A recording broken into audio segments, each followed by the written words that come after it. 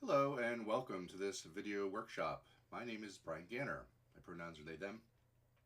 I teach at Capilano University in the departments of English, Women's and Gender Studies, and Motion Picture Arts. I have also for several years been one of our lead faculty on campus for introducing the idea of ePortfolios to students. What they are, why we might use them, and why many other universities around British Columbia have been using ePortfolios for years, just as we have at CAP. The first part of today's video workshop, we'll be talking a little bit about the philosophy of ePortfolios and introducing them to people who may not know what they are, like yourself perhaps. The second part of today's workshop will be more hands-on, and you'll be using a tool called Google Sites, a free tool, to build your own ePortfolio that you can set up in this class and then use throughout your career at CAP, as long as you're here. This workshop should run about an hour and 20 minutes. Your instructor might decide to show it in class during class time, but you can also look at it on your own and follow along at your own self-directed pace. And of course, you can do both, watch it in class and then brush up later at home on things that you may have missed. So let's get started.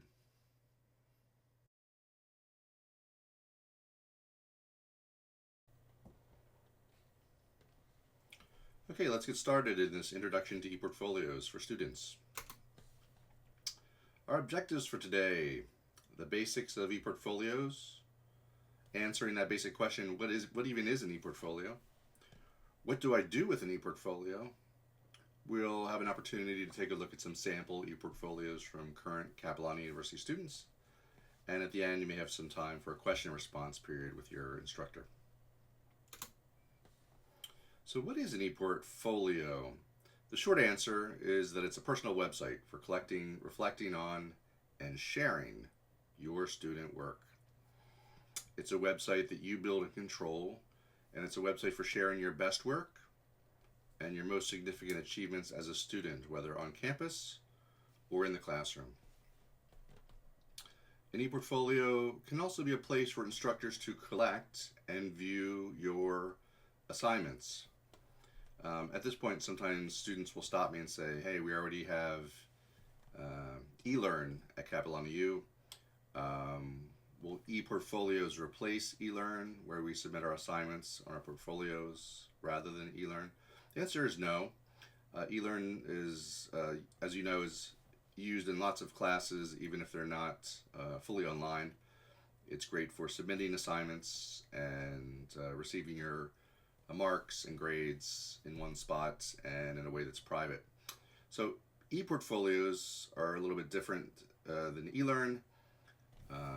The items or articles, assignments, or things that you decide to showcase about your best work are generally more open to the public. They're visible to other students or faculty at CapU while you're here. So that can be great for sharing if it's an assignment that you want to share when it's finished, or some cases instructors use ePortfolios for things like peer review, which is students looking at each other's work before they're actually submitted or graded. It's also true we're in 2025, the year of the making of this video, and many of your assignments are written assignments, and those are great to upload on eLearn documents, Microsoft Word documents, maybe PDFs. But it's also true that given where we are today, a lot of our assignments increasingly are other formats, multimedia, or what we sometimes call multimodal assignments, videos, PowerPoints, Prezis. In some of my courses, the assignments are to create podcasts, so the final project is a podcast that's submitted. So ePortfolios are fairly handy for uploading and displaying and sharing multimedia assignments like that. So that's one reason instructors like to use them to supplement eLearn. So ePortfolios, let's round this up. A place for you to establish your student identity and reflect on your personal learning style. I'll talk a little bit more about that later. And as I mentioned, it's a way for you to comment on or view work by other students in your classes. So one of the questions probably in the forefront of your mind already is, who can see my portfolio and what are the privacy settings? Yes, of course, that's important to talk about. And we will talk about that as we set up in the second part of today's workshop, when we set up your portfolio. I'm going to skip this slide about support at the moment. We'll come back to support later on. So here's your first look at a student ePortfolio from CapU. This is Radovan Marek, who has graduated, but still has their portfolio here. This is actually really just a screenshot of a portfolio.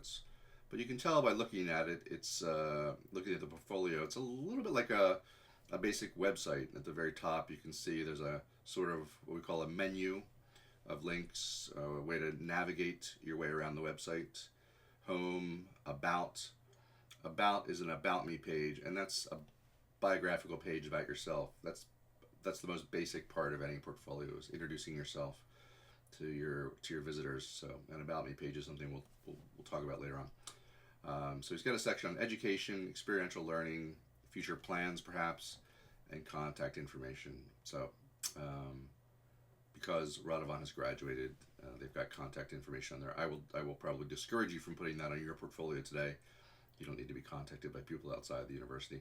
So Radovan, I'll read this here because it's quite small print. Radovan, it says here on the right, is currently a fifth-year communications student at Capilano University. He enjoys writing and crafting new ePortfolio experiences for himself and the students that he mentors. He was also a support tutor for our ePortfolio program at CapU. So you can see here the other maybe couple things to call attention to. There's a cover image here. The more that you can personalize your portfolio with your cover image, the better. In this case, this may have been a place that Radovan had visited or wants to visit. It's very common for students to put up a cover image that expresses something about who they are, where they've been, perhaps, where they would like to travel someday, or just a local landmark. Vancouver is a very photogenic city, so it's very hard to go wrong with photographs of Vancouver, or our very beautiful campus as well. It's a very common selection for cover images. You can see here Radovan also has a headshot, which is nice, and probably is a good idea to have a professional looking headshot at this point. So it's not a requirement for a portfolio, but maybe it also gives you a sense of the kind of tone of a portfolio. Most of you probably know about LinkedIn, and might even have a LinkedIn page. Basically contains your work experience, education experience, and mainly is for job searching. So an ePortfolio isn't quite quite as formal. It's not quite as formal as LinkedIn. It won't just be listing your work experience and your assignments and your educational experience. It's a little bit more personalized. It's about who you are. This is another nice advantage of portfolios. When I teach a class, a lot of my students are on eLearn, and on eLearn I can see their student number and maybe a very, very small image of them, whatever their avatar happens to be. But when you start a new class with a classroom full of students who have ePortfolios, they have really developed About Me pages. I can learn a little bit about them, what areas they're in, what their interests were. So you can be as personal or as formal as you would like to be, or informal as you would like to be.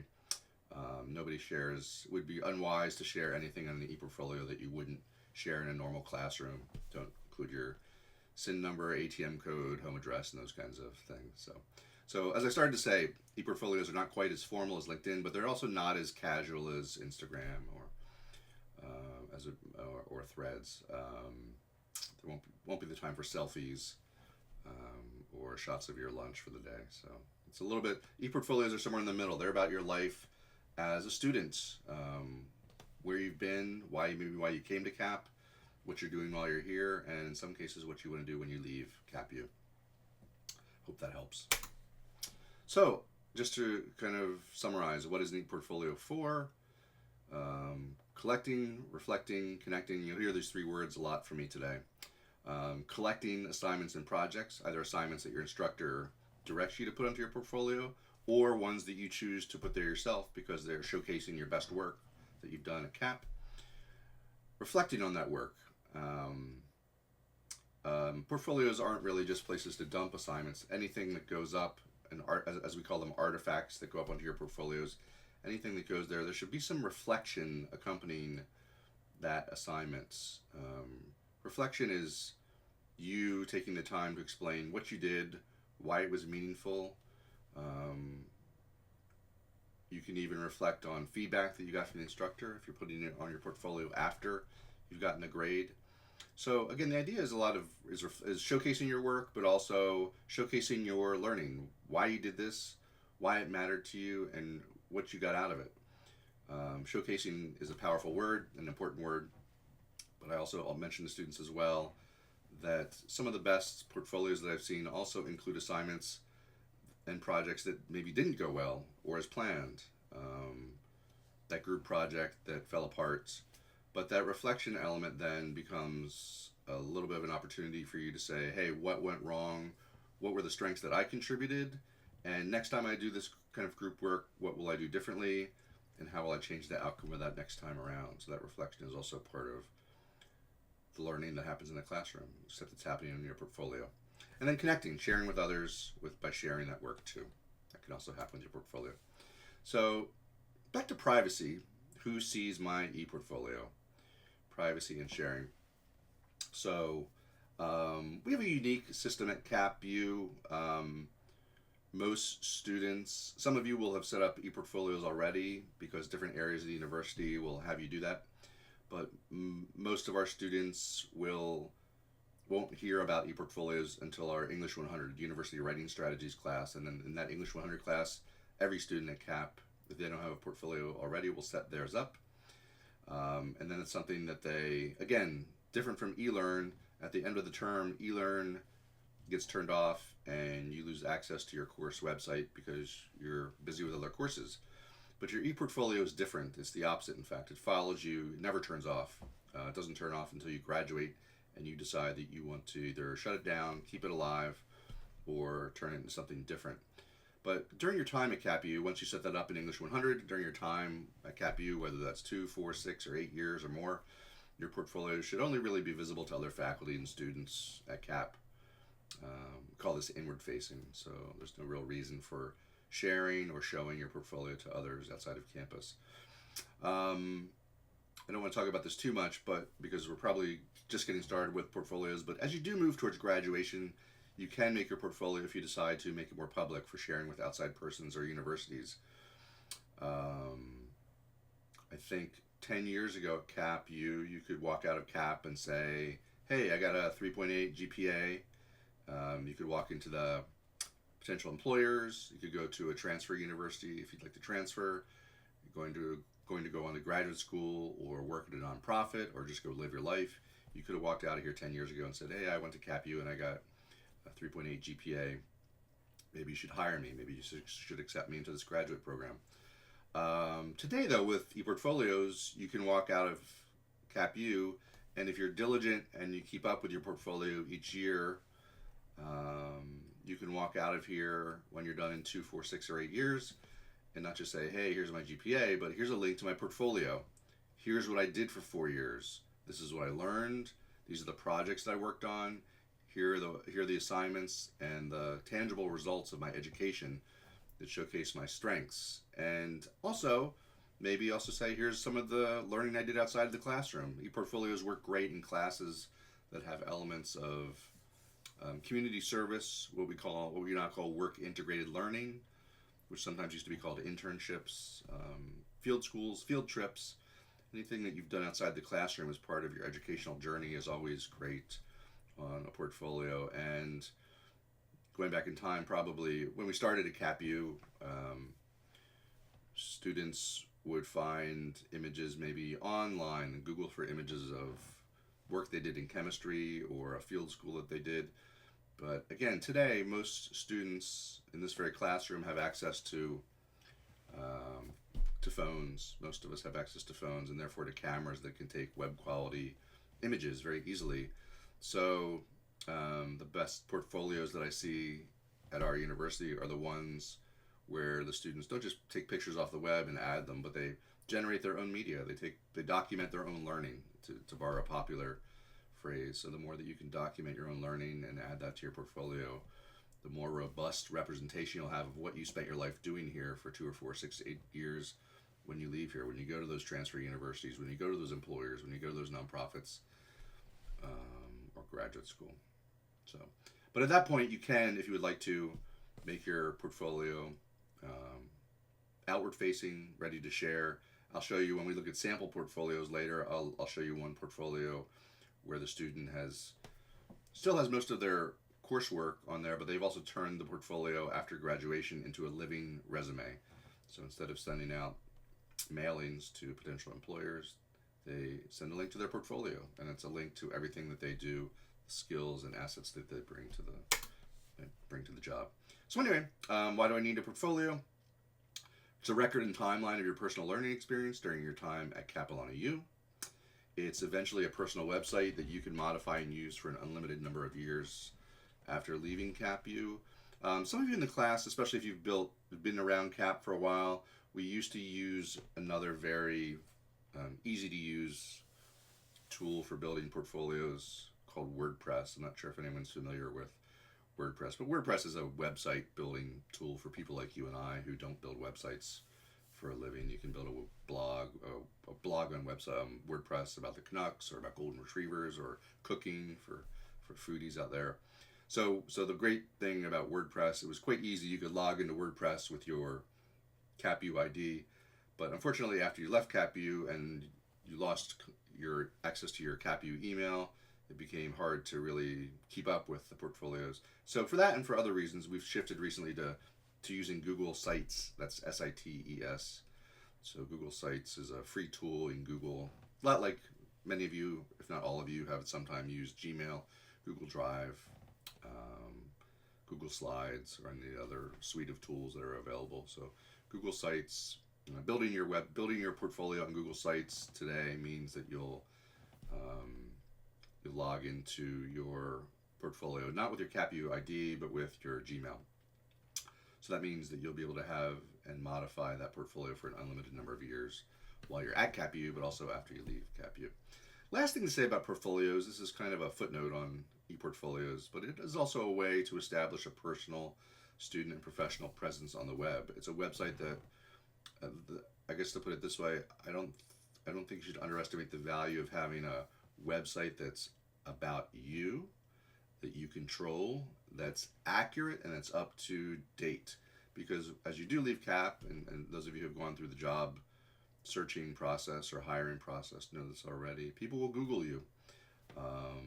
So having a portfolio, which is really about your student life and student identity, but having that be up to date, accurate, controlled by you, and a showcasing type website, it really is something that is valuable to have. If someone is Googling for you out there, for whatever reason, you're going to grad school, you're applying for a nonprofit, to work at a nonprofit or a job, and to have that to be the first thing to come to the top of the results is a nice thing. Right now, employers or grad schools might find a science project did in 8th grade or your various social media, but having this at the top of those results, I wouldn't underestimate the value of that. So as you work in your portfolios, it's a good motivating reason to keep up with it. I'm going to skip the support element today, and I'm just going to thank you, and we'll take a moment, and then we'll look at some sample student portfolios of students who are already here at CapU using portfolios. This is a class, English 338, Sound Literature and Sound Studies. This is a class that Desiree Maxine took with me, and we all recorded greetings, I think, on our portfolios. Can I play this?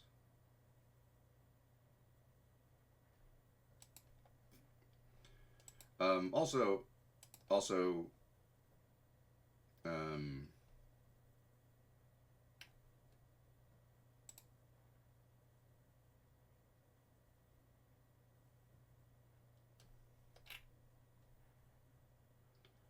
Desiree Maxine also took a class here with entitled Writing, Rhetoric, and Style.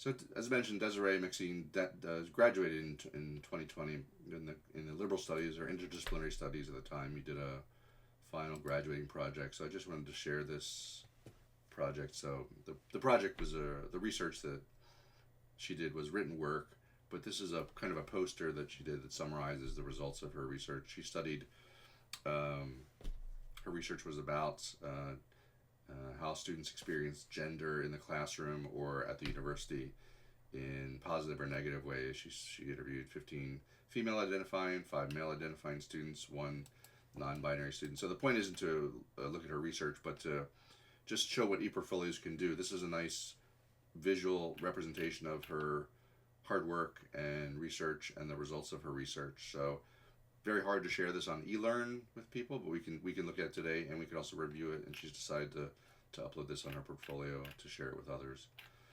Okay, because they allow us to do that. I'm going to show us maybe one more. I promised that I would show you a student that had turned their portfolio into a living resume. So this is someone who's graduated. This is Sadra Khosravi. Sadra is studying web and graphic design at CapU. This is a good example of a student that took their portfolio when they graduated and decided to turn it into a job searching tool, a living resume. So there's a little bit on here about that's left over from their study at CapU. There's their About Me page. They're an international student. They worked at a web design agency in Dubai. But the rest of this portfolio, I'll scroll down a little bit, you can see is all about their web skills. And their ePortfolio is going to be a little bit fancier than ours because they're in web design. They're able to animate things. But it's really basic. It's what they do. They do website design, business card design, presentation design. They optimize the speed of websites. There's more links there. They have a monthly newsletter. It'd be great if I had the time for a monthly newsletter. Hopefully you do. Anyway, my latest projects. So there are some links here to some websites that they've already built and designed. So everything here is designed for an employer to get in touch, to review what they've done, go to the work that they've built already, and you can see. Although I'll discourage you from putting contact information on your portfolio, they want people to reach out to them because they're job searching. They've even included their socials here at the bottom as well. So I think that's a good set of samples to look at, and I think let's go to part 2 of this workshop, which is about you building your own ePortfolio, which is very exciting for me. So let's get started.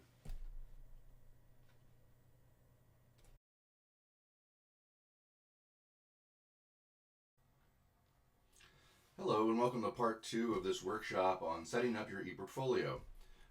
The first step in setting up your ePortfolio is getting a little bit familiar with the tool that we're using at CapU for building our ePortfolios, and that's Google Sites. That's SITES. We recently made a change to Google Sites. We used to use a program for building our ePortfolios called WordPress. A lot of you are probably familiar with WordPress.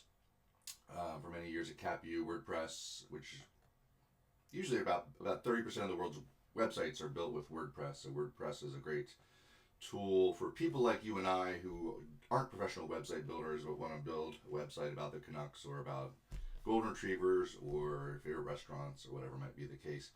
So WordPress allowed CapU students to sign in with their CapU ID and password, the same password you use for your email, which is great. But we found that students that wanted to use their portfolios after leaving CAP had lost access to their emails, so couldn't create, add to, update, or change their ePortfolios. So for that and for some other reasons too, we've shifted to Google Sites. For those of you who have a Gmail address or had a Gmail address, you probably are aware that when you get or sign up for a Gmail address or get a Gmail address, you have access to a suite of free tools. Some of those tools are Google Drive, Google Docs, Google Slides. A lot of students use these tools for their everyday classwork. So Google Sites, that's SITES, is Google's tool in that collection of tools for building websites. So if you have a Gmail account, you are able to use Google Sites. So for this part of the workshop, the hands-on part where we're building our ePortfolio, you will need a working Gmail address. Most of the students at CapU who go through the ePortfolio workshops use their personal Gmail address. There's no breach of security or reason it makes you less safe or exposes your password or Gmails to anyone at CapU. That's not an issue. You can use your personal Gmail address. For those of you who like to keep a separation between your personal life and your student life, that's good too.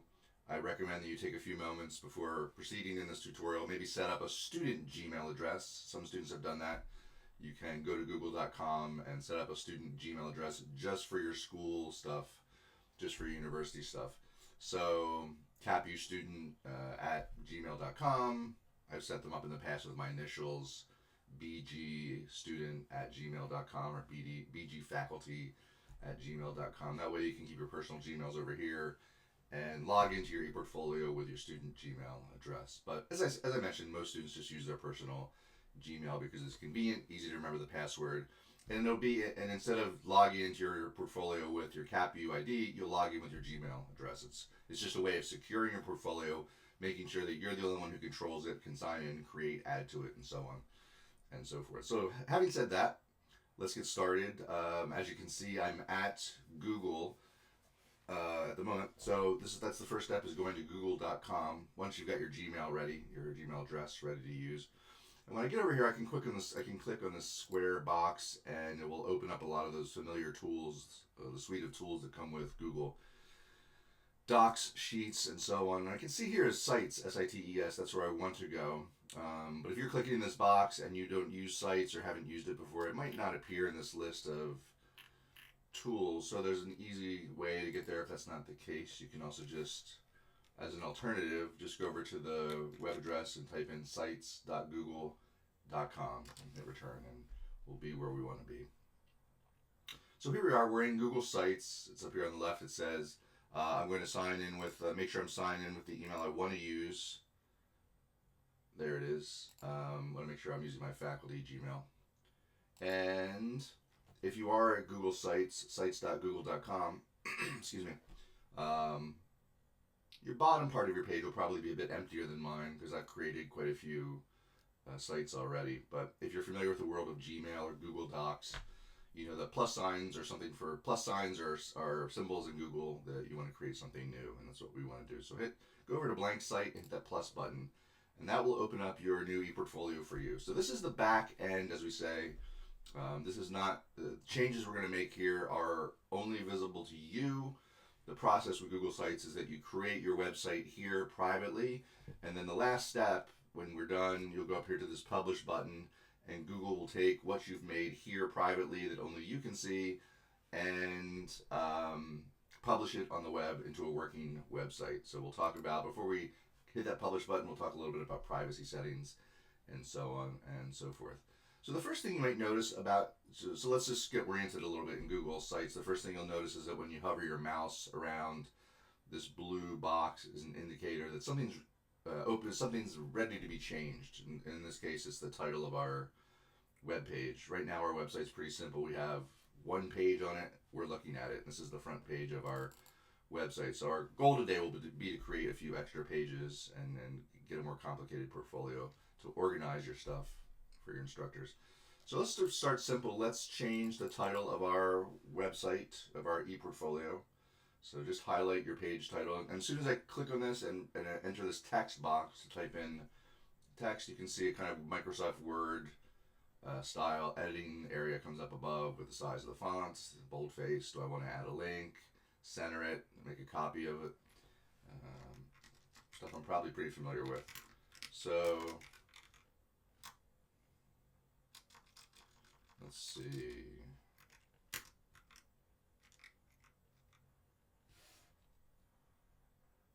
I'm going to fill it in. Okay, here we go. So I'm going to call this this will be your name, not mine, unless your name is Brian Ganner, which would be an odd coincidence. But we're going to change the title of it, the ePortfolio, to your ePortfolio on the front, or on the header, which is the top part of the website here that we're working on. And up here too, I'm going to change on the upper left. That way, this is just good file keeping. Changing the name of the file so that you can recognize it and find it again in the future. Okay, so we're just changing the name. We change the name to our own ePortfolio. That'll be on the front page of our portfolio. Um, so a couple things to notice right up front. Just like all things Google, those of you who've used Google Docs before know this already, but I don't need to save my changes. It says up here at the very top in small print, all changes saved in Drive. It's just letting me know every change is being saved as I go along. So even if I close my browser window now or my computer shut down, I'd still have all these changes saved.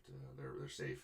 The second thing, though, maybe the most important button in Google Drive, Google Sites, is the undo redo button.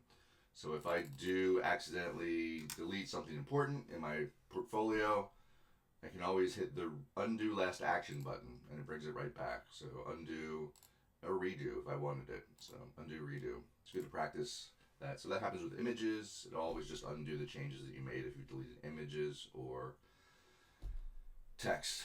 So, getting oriented in Google Sites is pretty straightforward, even though this may look like a lot of information. We really only need three areas over here. We've got themes is the first area over here on the right side. Pages in our editing area. Pages is next. And then insert. So let's start with themes, which is the easy part, maybe the fun part. Themes in Google Sites are just preset looks for your portfolio.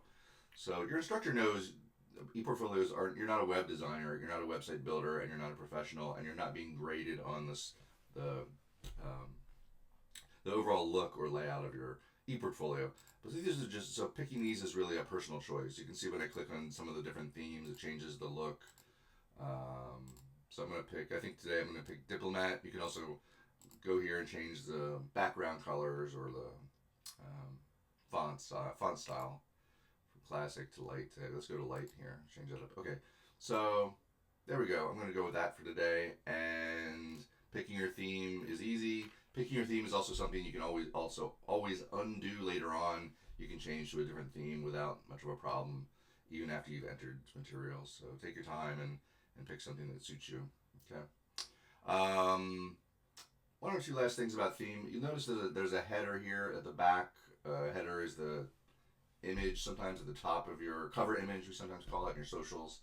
You can do a background image for your header. Right now it's just a green background or dark green background. But if I scroll over here to image, and I'm not going to even upload an image yet. I'm going to select one. Google has lots of preloaded images for your background that you can pick. I'm going to pick something that looks kind of collegey. Here we go. This looks kind of university. So that was over here to images, insert, and then just click the insert button. So again, image, select, and insert, and I've got a nice background image. Looks a little bit more professional. So that's themes. Now let's go into pages. Pages is the next section in Google Sites.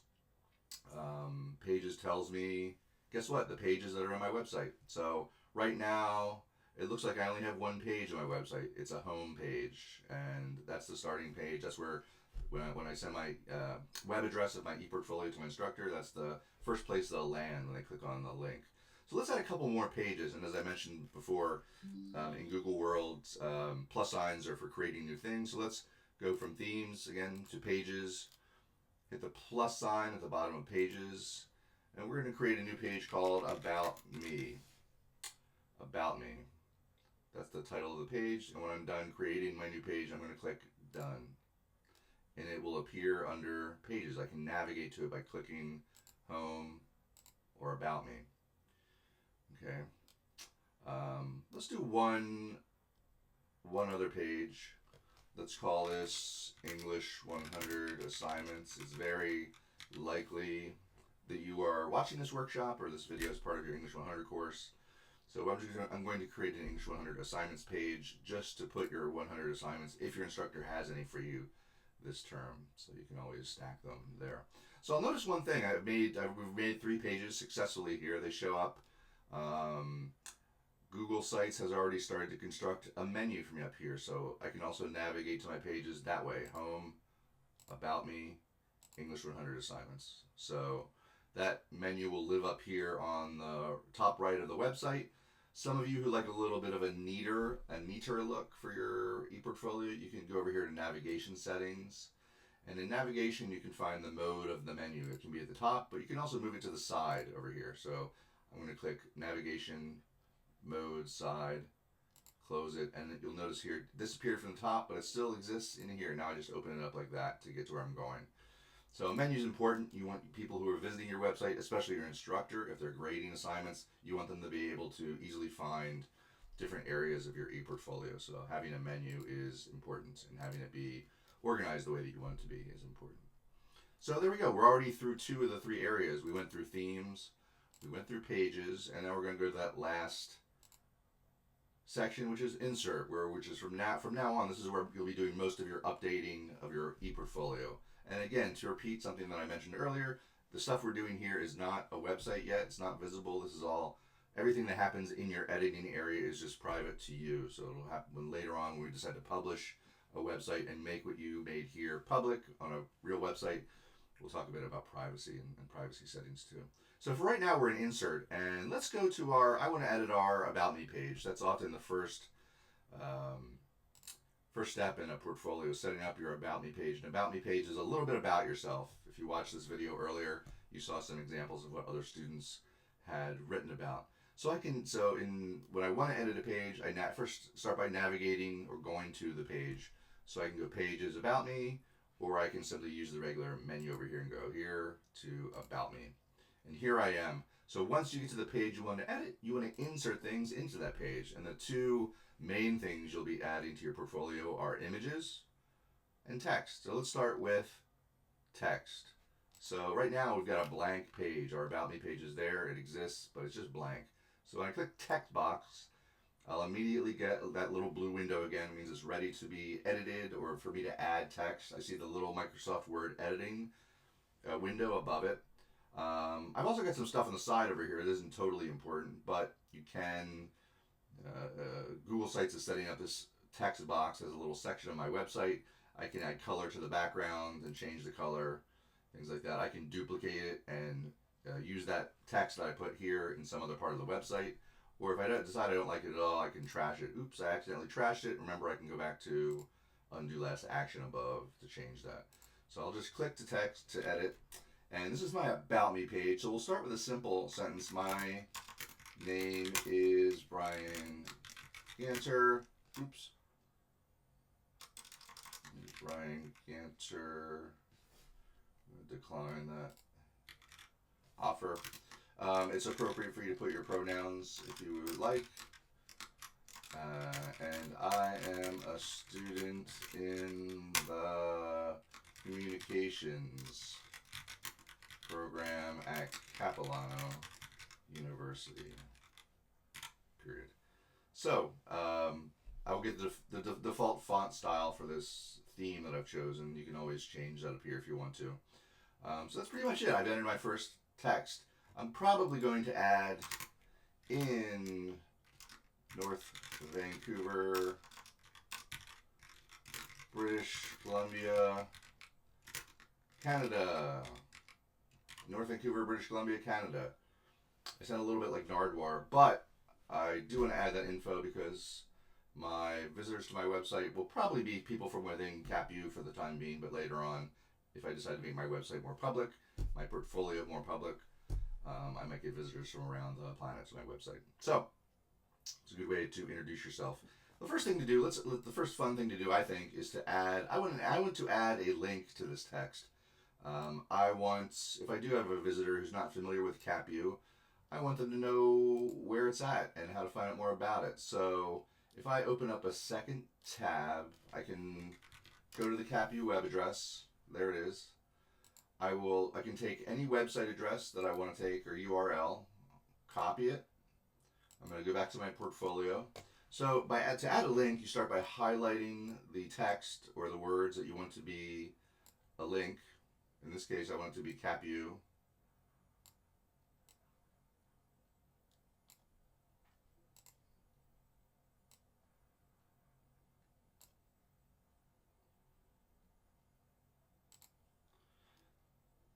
Inserting the link. So in here, just paste it in. So I highlighted the text I wanted to be a link. I copied and pasted the link into this little box, and I just hit apply. And oops, I added an extra C there by mistake. So let me delete that. So right now when I click on this link, it comes up CapU. My visitor can go to the CapU website. So if I'm editing right now, I'm in editing mode. But let's say I want to check this link works and it looks good, and I want to see my portfolio without all this junk around it. Well, Google Sites has an option here called Preview Mode. So if I click on Preview Mode, it'll open up. It won't change anything, but it'll open up a preview of what my website will look like when I publish it and finish it. So you can see here, I can get fancy. I can see what my portfolio looks like on a phone. If I click down here, or a tablet, or a regular desktop. Most of your instructors will access your portfolio on a desktop, so that's not totally necessary to think about design. But if I click on the link, does it work? It worked. It takes my visitor to CapU, so I'm very happy with that. And I'm going to exit preview mode by clicking that X. Hope that works. So we've got an About Me page. We added some text. Let's say I want to add an image to a page in my portfolio. So find the page. I'm already here in About Me. Go to Insert, and instead of going to text like we did first, we're going to go to Images. And I've got a nice image of CapU here somewhere. So you can select from the images. There's some preset images inside Google already. But right now I'm going to upload an image. I think we work at a very picturesque place, Capilano University, so it's very common for students to put pictures of CapU on their ePortfolio. So that was the image, upload. I found an image that was suitable and appropriate. I pulled this off the web earlier. It's just a picture of CapU. So you can see as soon as I upload it, I get a blue box around it. That means it's ready to be edited. I can enlarge it a little bit, change the look of the image, drag it around, and I also get this little editing box over here too. I can change the color background. Let's change it to match the font above. So the area of the box above. So, and there you go. And I've got an image in my portfolio. So Google lets me easily add text to my ePortfolio, images to my ePortfolio, and if I am in the insert section and if I want to get fancier, I can also scroll down here. So there are different layouts. I can include 3 images with text underneath them, 4 images with text underneath them if I want to get, if I have a lot of complicated information. I can also add in dividers into my website that add divisions between spaces, a little bit easier on the eye. But if I go all the way to the bottom down here, Google Sites is very, very integrated with all the Google suite of products. So I can, for example, if it's appropriate, I want to add a YouTube video. I can click on this. Let's say many of us know what TED Talks are or watch TED Talks. So I can search for a TED Talk on YouTube, the brain-changing benefits of exercise. Let's say this is relevant to an assignment or to my About Me page. It inspired me. I can click on that video, insert it, and very easily add a YouTube video into my ePortfolio that's ready to play. The same is also true for Google Maps. I can click on Maps down here. Again, this is all under Insert. Let's say I want to add, I'm not just satisfied with having a link to the university website. I want to have a map. There we go. This might be appropriate for students that do internships or work integrated learning. They have a business and they want to put the location of the business they worked at during their schooling on their ePortfolio. You can always do that as well. So you can see it added very easily. Inserted a map of CapU in there. So there's just some of the things that you can add into your portfolio. Okay, so we've updated the theme. We've got 3 pages. We added a little bit to our About Me page. And now we're ready to let's take what we've got here and I want to publish it. I want to make this a public website. So we're taking what we created here in our editor in private, and when we hit this publish button up here, it's going to create a real website, a working website with a real web address that we can share with others. So keep in mind, an ePortfolio, when you build your ePortfolio on Google Sites, it is a public website. It's available on the web to anybody. However, it's extremely difficult to find it. In fact, it'll be impossible for your instructor to find it if you don't share the web address. So there's kind of a built-in privacy mechanism already. Your ePortfolio is only seen by people who you share your web address with. And if you don't see it, you won't share it with those people. So that's the first kind of line of privacy, is setting up a URL that you can share with your instructor. So let's take a deep breath and hit that purple publish button up top, and I'll talk about some other privacy measures as well before we finish here. So it brings up this little window, publish your site. So Google Sites is asking me, what do you want your web URL address to be? So I don't get to pick the whole thing. So you can see right under the box here, everyone's ePortfolio at CapU has the same start to their web address. It's sites.google.com. It's some version of your Gmail address. But this last part is customizable. Google lets you choose what it'll be. So I like to keep it short and simple so I don't have to type out a long address. If these are my initials and portfolio, you can do CapU portfolio. That's fine too. Or ePortfolio. Let's put an E in there. So, it's already taken, so we have to go back to portfolio. So, once I'm satisfied with this web address, the last part I get to pick, I'm done with this part. Remember, I can always change this later too if I want to, but it should be something just appropriate. This will be something when you're done with your Google site, your instructor won't be able to find your ePortfolio unless you share this web address with them. And when they have an assignment, a gradable assignment that's due, that's exactly what they'll ask for in your classes. So, who can view my site? Sometimes there will be another little bit of a link. You may have another prompt or request here from Google. It's not showing up on my screen, but it will ask often if you want a customizable URL. That's Google trying to upsell you. They want you to buy briangaynor.com or jennysmith.com. That's not necessary to buy a dedicated website for your school projects, for your school purposes. So skip that if it's appearing on your screen. So this, though, you don't want to skip. Manage. Anyone who can view my site. Let's click on Manage. And this is telling us two things, draft and publish site. So the published site, I would like to be public. Published site, public. Anyone on the internet can find it, including your instructor. And then draft is who can edit your website. Let's keep that restricted. You don't want that public, and you don't want to share that with other people. It's only for you to edit your website, draft. But in terms of viewing your website, your portfolio, it should be public. Anyone in the public can find it and open it. So once we're done with that, so restricted draft, public, published site, done. And as an additional privacy setting, I'm going to ask you to click this box. Request public search engines do not display my site. So people out there in the real world, my roommate, my grandmother, searching for me on Google, I'm telling Google, don't share my ePortfolio. It's really not important because you want your portfolio mainly for faculty, for instructors, and other students at CapU. Later on, if you want to make your site more public, you can change that setting if you want it to be found. Okay. So having done all that, did our URL, we changed the manage settings, click that button, take another deep breath and hit published, and voila, it looks like your CapU ePortfolio is live. So I know I've published my portfolio because I see this little arrow up here now, and when I click on it by the publish button, I can go right to the website, view published site. So the published site is the live website. It's the URL I picked. It's working. It's visible for my instructor for me to add assignments or other items that are assigned to me. Hope that, congratulations, by the way. You've designed a website, designed and built a website. Okay, so if you one other privacy setting, then we'll wrap things up. So also in the published settings, this is our last kind of privacy setting. Click on that little button up there on a published website. You can see here there's an unpublish option. Unpublish. Unpublish is the ultimate privacy option. You're taking your website down off the web. You're not deleting what you've made. It's still here in your editing area. It'll still be there.